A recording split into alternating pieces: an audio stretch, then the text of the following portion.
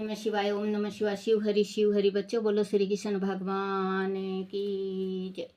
सदा भवानी दाहिने सम्मुख रहो गणेश राम सम्मुख रहो गणेश। पांच देव रक्षा करो ब्रह्मा विष्णु महेश सियापति राम जय जय राम। मेरो मन बसियो सीताराम राम नगरिया राम के बसते गंगा तीर रामा बसते सरयू तीर रामा। चौकी हनुमत वीर की राम जी चौकी हनुमत वीर की। बोलो सियापति रामचंद्र भगवान की जय। गणेश भगवान की जय। शिव पार्वती की जय। अपने अपने माता पिता की जय। अपने अपने गुरुदेव महाराज की जय। सावन मास महात्म 21वां अध्याय पूर्णमासी व्रत। ईश्वर ने कहा, हे सनत कुमार, सावन शुक्ला पूर्णिमा के दिन वेदों सर्जन उपक्रम होता है। पूष मास की पूर्णमासी या माघ मास की प्रतिपदा तिथि या रोहिणी नक्षत्र कहा गया है। दूसरा समय अपनी अपनी संख्या के अनुसार उत्सर्जन समय तथा उपक्रम दोनों एक ही समय करना उत्तम कहा गया है। अंत सावन मास पूर्णमासी के दिन उत्सर्जन अभिष्ट है तथा बहुवचन सखार्थी उपक्रम में सावन नक्षत्र अभिष्ट हैं। चतुर्दशी पूर्णमासी का प्रतिपदा तिथि के दिन यह जिस किसी भी दिन सावन नक्षत्र हो उस दिन ऋषि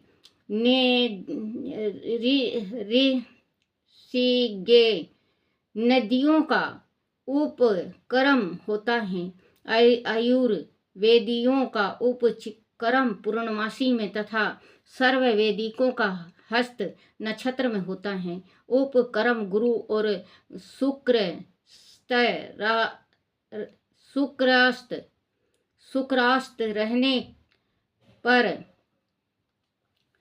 शुक्रास्त रहने पर भी आनंद से करें। गुरु तथा शुक्रास्त में पहला उपक्रम शुभ आरंभ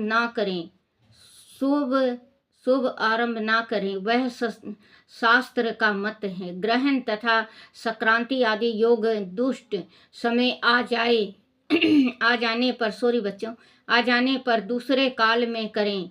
हस्त नक्षत्र युक्त पंचमी या भादो पद पूर्णमासी के रोज अपने अपने ग्रह सूत्र के अनुसार उत्सर्जन उपक्रम करें।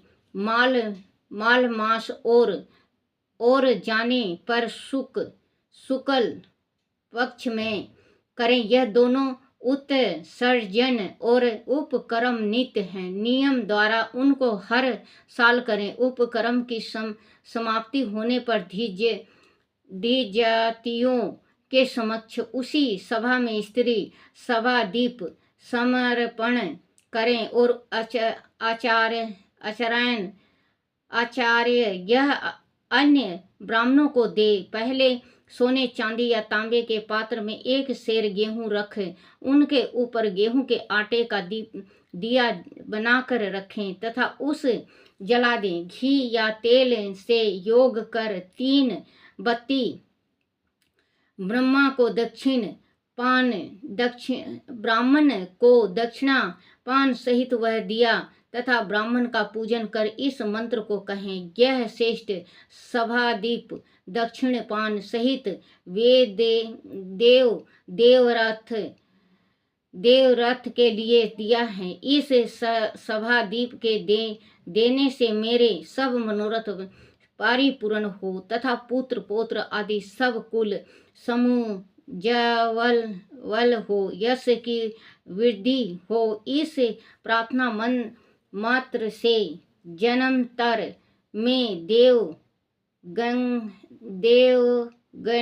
गणाताओं के तुले रूप गण्याओं के तुले करने के बाद उद्यापन करें। यथाशक्ति भक्ति से ब्राह्मण को दक्षिणा दें। हे विप्र, आपसे सदा सभा दीप कर्म कहा, उसके समीप सरप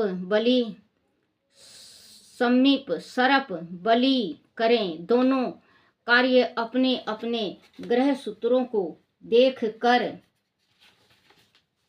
उसी तिथि में भगवान हाय गिरवा का अवतार होता है। इस दिन हाय गिरवा जयंती महाउत्सव करें। हाय गिरवा उपासक के लिए यह नित्य है। सावन मास पूर्णमासी के दिन सावन नक्षत्र में भगवान हाय गिरवा ने पहले जन्म लिया। उसी समय संपूर्ण पाप नाश करने वाला समा वेद गया।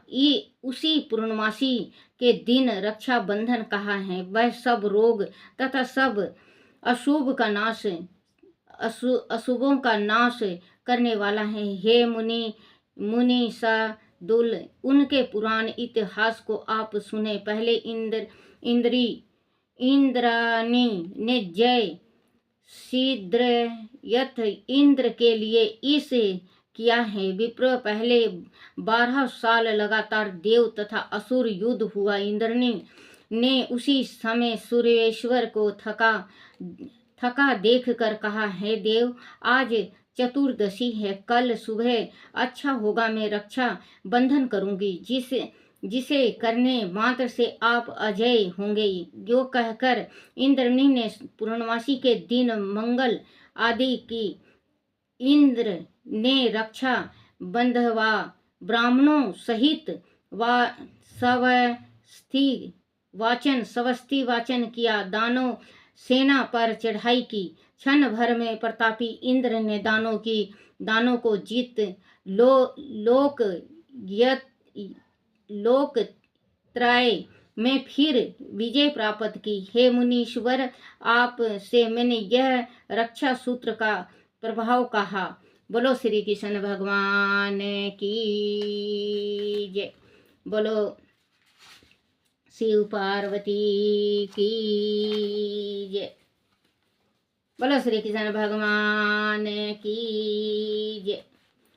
श्रीमद्भागवत गीता की जय। गीता में 9वां अध्याय। मुझको ईश्वर जानकर मैं भक्त सुजान, निशि बासर मोह सो जाए मेरा करते ध्यान। गावत नाचत प्रेम से कूदत दे ताल, ढोल मृदंग बजाते उत्तम स्वर निकाल। तन की होश विसार कर होवत मुझ में लीन, हे अर्जुन मैं होत हूँ उनके तुरंत अधीन। जो योगी मम भक्त हैं मोहे अति प्रिय वह जान, वे जर अर्जुन के प्रीति यू कहते भगवान। बोलो श्री कृष्ण भगवान की जय। गीता 9वां अध्याय। राजा विद्या राज ग्रह योग। भगवान श्री कृष्ण बोले कि हे अर्जुन, तू मेरा प्रिय सखा है, यम परम भक्त है, इसीलिए तुझे इस परम गोपनीय ज्ञान को रहस्य के साथ बताता हूँ, जिसको जानकर तू दुख रूपी संसार से मुक्त हो जाएगा। वह ज्ञान सभी विद्याओं तथा सभी रहस्यों का राजा एवं भक्ति पवित्र उत्तम प्रत्यक्ष फल वाला और धर्म युक्त है। साधना करने के लिए बड़ा सुगम और अविनाशी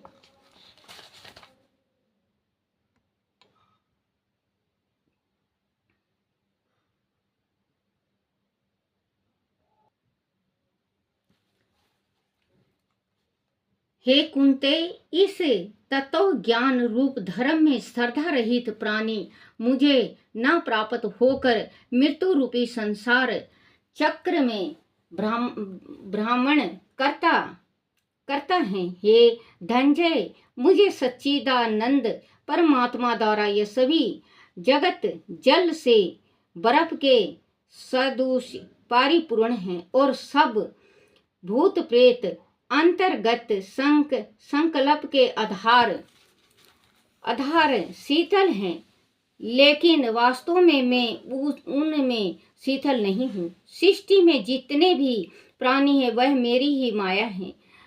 प्रभाववश है मणियों को उत्पन्न करने वाले मेरी आत्मा भी जीव में व्यापत नहीं है। हे कुंती नंदन, जिस प्रकार आयु आकाश में व्यापत होते हुए भी आकाश का स्पर्श नहीं करती, वैसे ही मैं संकल्प द्वारा सभी प्राणियों में व्यापत होने पर भी उनसे अलग हूँ। कल पांत में सृष्टिगत सभी प्राणियों का प्रकृति में विलय हो जाता है और कल्प के आदि में मैं उनको फिर रचाता हूँ। त्रिगुणों के इस गुणमयी सृष्टि में जो भी प्राणी सत्व गुण वाले होते हैं वह उदासीन रहते हैं। ऐसे प्राणी जीव कर्म तो करते हैं, लेकिन उन कर्मों बंधनों में नहीं बंधते। हे कुंते, मेरी इच्छा होने पर भी प्रकृति सृष्टि की रचना कराती है। अंत प्राणी मोह माया के भ्रम जाल में फंसकर जन्म मरण के चक्र में भ्रमण करता रहता है। वह सर्वदा सत्य है कि मैं भी सभी प्राणियों का रचनाकार हूँ। जो प्राणी इस रहस्य को नहीं जानता वही मूर्ख प्राणी मुझे संसारिक मानता है। व्यर्थ आशा रखने वाला तथा व्यर्थ कर्म करने वाला प्राणी असुरी वृत्ति से मोहित होने से तामसी प्रवृत्ति का होता है, लेकिन जो प्राणी देवी स्वभाव का होता है वह मुझे ही सृष्टि का निर्माण करता अविनाशी तथा ब्रह्म स्वरूप जानकर नित्य निरंतर मुझ में ही निवास करके मेरा स्मरण करता है, वही मेरी प्राप्ति का साधन करता है। हे अर्जुन, मेरे भक्त मुझे कई प्रकार से भजते हैं। हे अर्जुन, कृतु श्रोता कर्म और पंच यज्ञ का समर्था क्रम में हूँ। पितरों के निर्मित दिया जाने वाला अन्न में हूँ, वनस्पतियां में हूँ तथा मंत्र में हूँ, घृत में हूँ, अग्नि में हूँ और हवन रूप क्रिया भी मैं ही हूँ। हे कुंते, मैं ही इस संपूर्ण जगत का पालन पोषण करने वाला एवं कर्मों के फल देने वाला सॉरी बच्चों वाला तथा माता पिता और पितामह हूँ। पवित्र ओकार तथा त्रिग वेद, समावेद और यजुर्वेद भी मैं ही हूँ। हे अर्जुन, प्राप्त होने योग भरम पालन पोषण करने वाला सबका स्वामी, शुभ को देने वाला, शरण लेने योग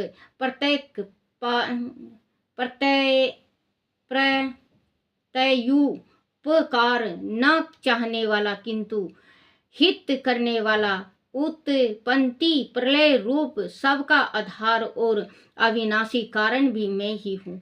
सूर्य रूप में तपता हुआ मैं ही हूँ तथा वर्षा को आक्राशित करने वाला भी मैं ही हूँ। हे कुंती नंदन, अमृत मृत्यु तथा सत्य सत्य भी मैं ही हूँ।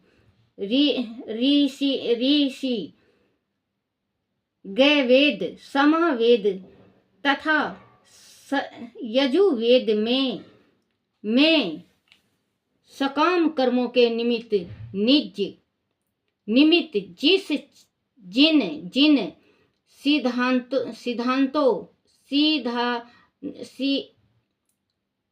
जिस विधानों का वर्णन किया गया है, मुझे उन कर्मों के कर्ता, सोम रस के सेवन करता एवं पापों से पवित्र हुए वाणी मुझे यज्ञों के द्वारा पूज कर स्वर्ग प्राप्त कर चाहते हैं। वह प्राणी अपने पूर्ण कर्मों के प्रभाव वश इंद्र लोक से लेकर स्वर्ग तक में देव तुल्य भोगों को भोगते हैं। जब उनके पुण्य समाप्त हो जाते हैं तब वह पुण्य मृत्यु लोक में आ जाते हैं। जो भक्त जन अन्य भाव से मुझ में शीतल होकर निरंतर मेरा चिंतन करते हैं, निष्काम भाव से मुझे भजते हैं, उन्हें योग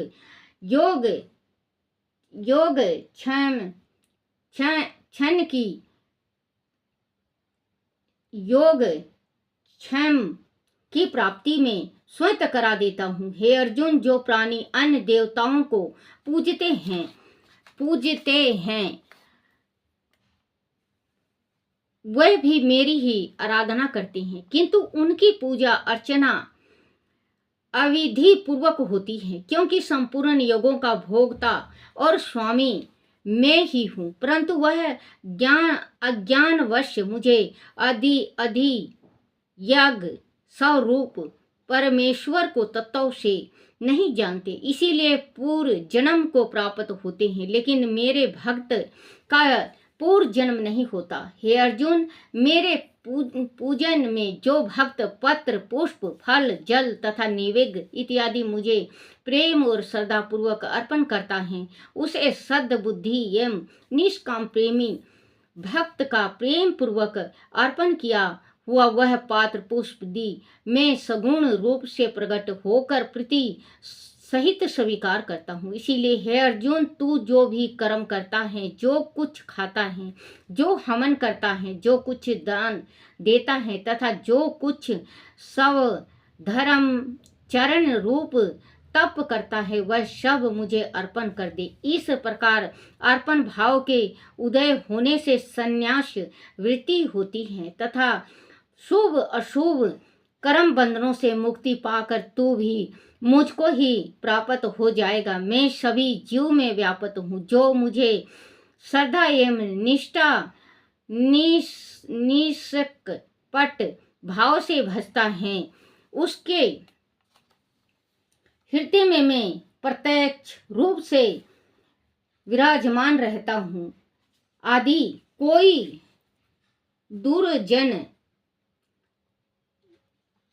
दूरजन भी मुझे स्मरण करता है तथा नित्य निरंतर मेरे ही ध्यान में मगन रहता है, तो ऐसे प्राणी को भी सज्जन समझना चाहिए। इसलिए हे धनंजय, तू यह निश्चय जान कि मेरे भक्त का कभी विनाश नहीं होता है।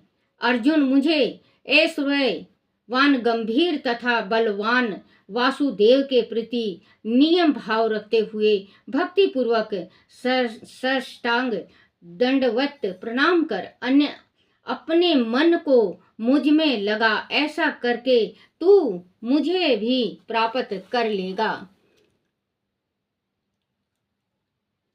बोलो श्री कृष्ण भगवान की जय।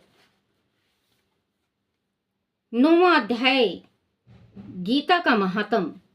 भगवान विष्णु बोले कि हे लक्ष्मी, मोक्षदायिनी कुरुक्षेत्र में चंद्र शर्मा नाम का एक राजा राज करता था। एक समय जब सूर्य ग्रहण लगा तो राजा ने बड़ी श्रद्धा के साथ काल पुरुष का दान करने की तैयारी की। राजा ने वेदों के ज्ञाता एक विद्वान ब्राह्मण को बुलाया। फिर उसने पुरोहित और ब्राह्मण के साथ तीर्थ स्नान पर पहुंचकर स्नान किया और वस्त्र धारण किया और लौट आया।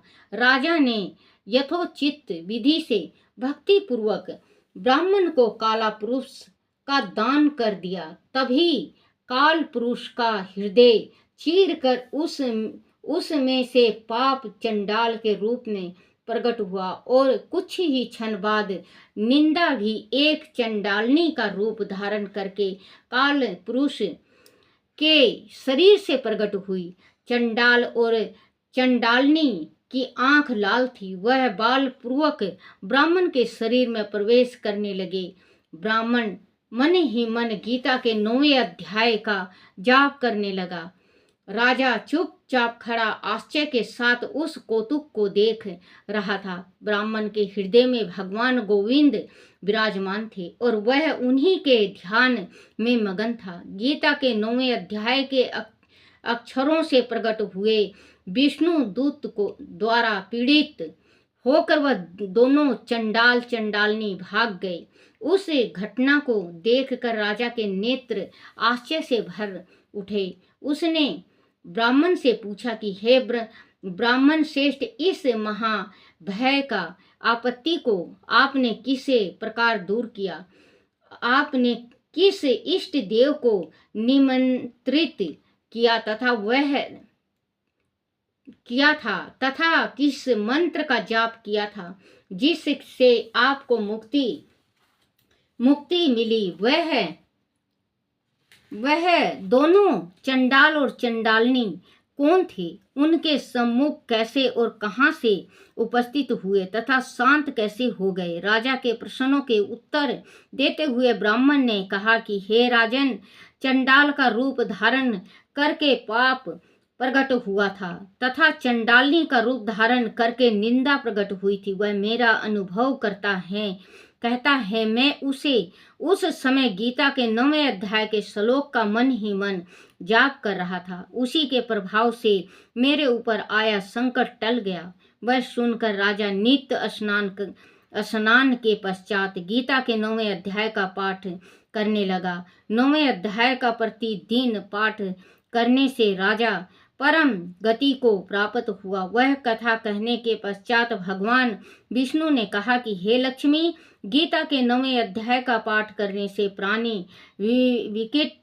विकट संकट का सामना करने में भी सक्षम हो जाता है और अंत में मोक्ष की प्राप्ति होती है। बोलो शिव पार्वती की जय। बोलो श्री कृष्ण भगवान की जय।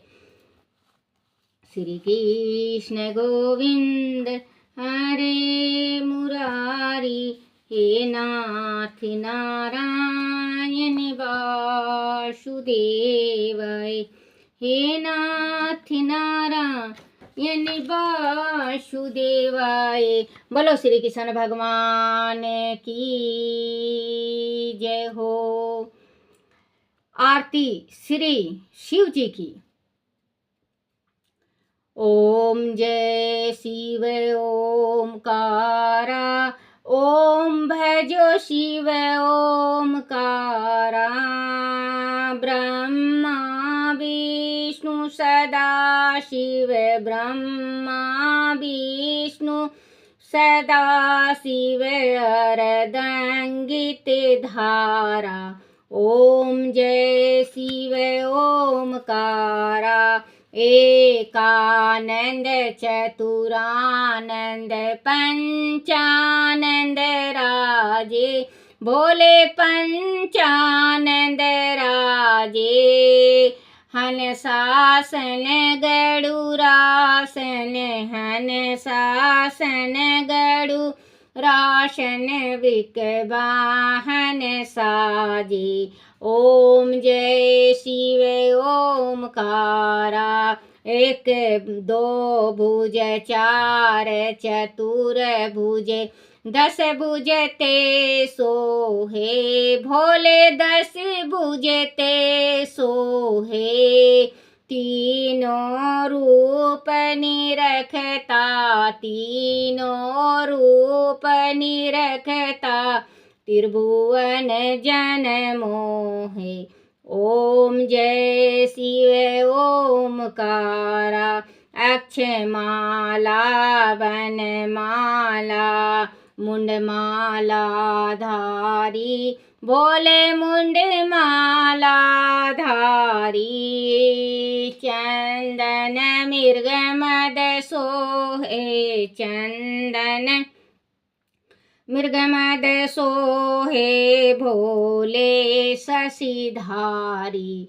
ओम जय शिव ओमकारा,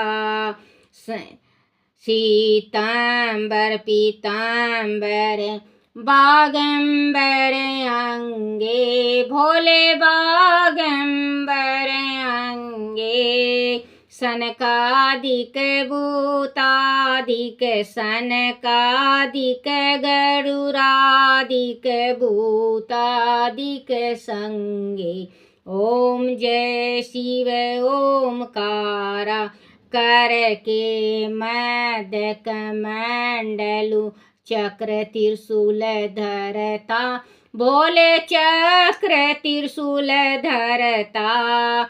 सुख करता दुख हरता, सुख करता दुख हरता, जग पालन करता।